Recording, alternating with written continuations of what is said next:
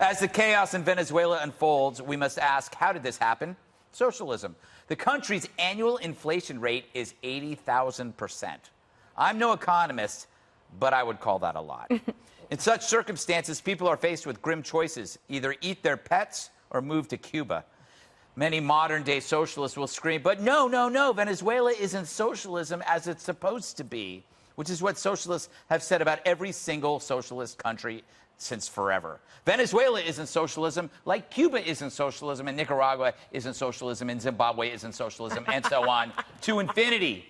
That's the key difference between socialism and capitalism. Capitalism doesn't need liars, because it doesn't have to be perfect to work. It's decentralized. So one glitch only goes so far. But socialism is centralized. One error, and the whole thing goes to hell, which is why it needs force to survive. Like Hugo Chavez, the dead strongman once embraced by the American celeb, Sean Penn, Danny Glover, Oliver Stone, praised the man from their comforts of capitalism. And as long as apologists exist, the media just shrugs. For the press, Venezuela is the opposite of Covington. Covington was exciting viral video, inflammatory tape they couldn't get enough of. Venezuela, it's a 12-year death spiral. So easy to ignore. We didn't.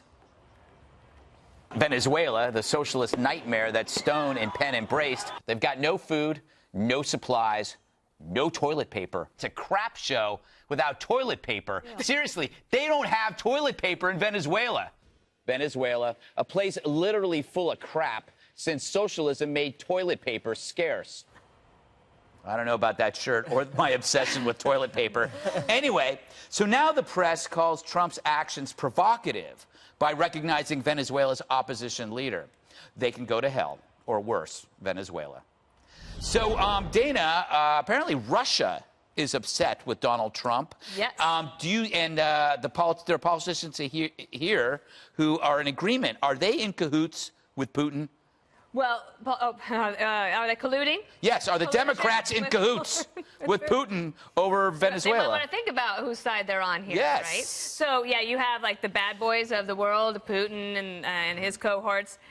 They're the ones who always band together and say, America, you better stay out of this, because they're good friends with then Hugo Chavez, now Maduro.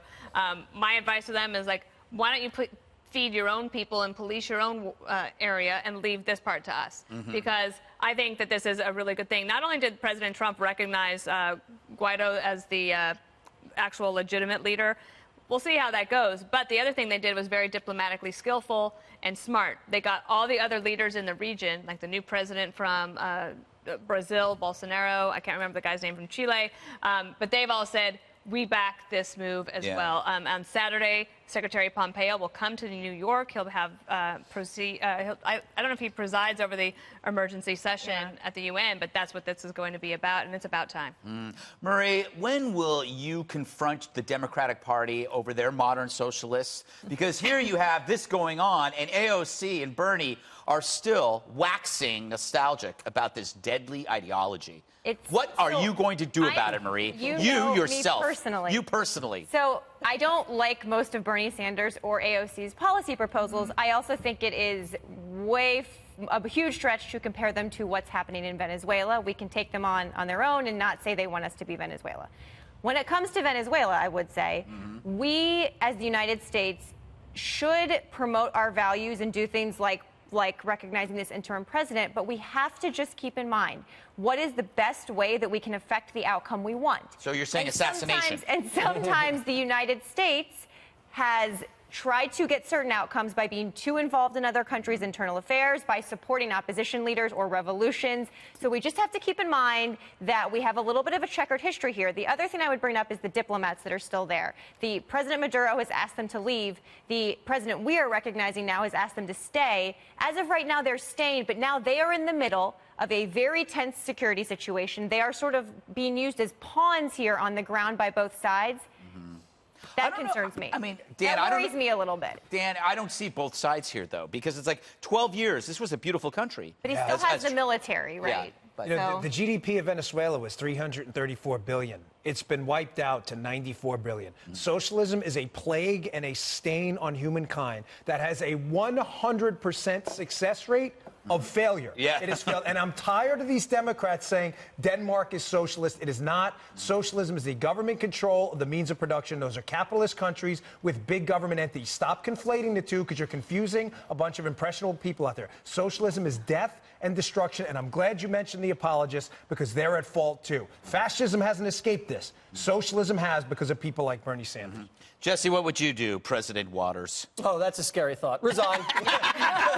Resign and take money elsewhere. No, if I was a reporter on Capitol Hill, I would go to AOC and I would say, look what's happening in Venezuela. Care to comment? And just a suggestion, but obviously this is a CIA operation. You can't allow a failed state in South America where the Chinese and the Russians come in and take over.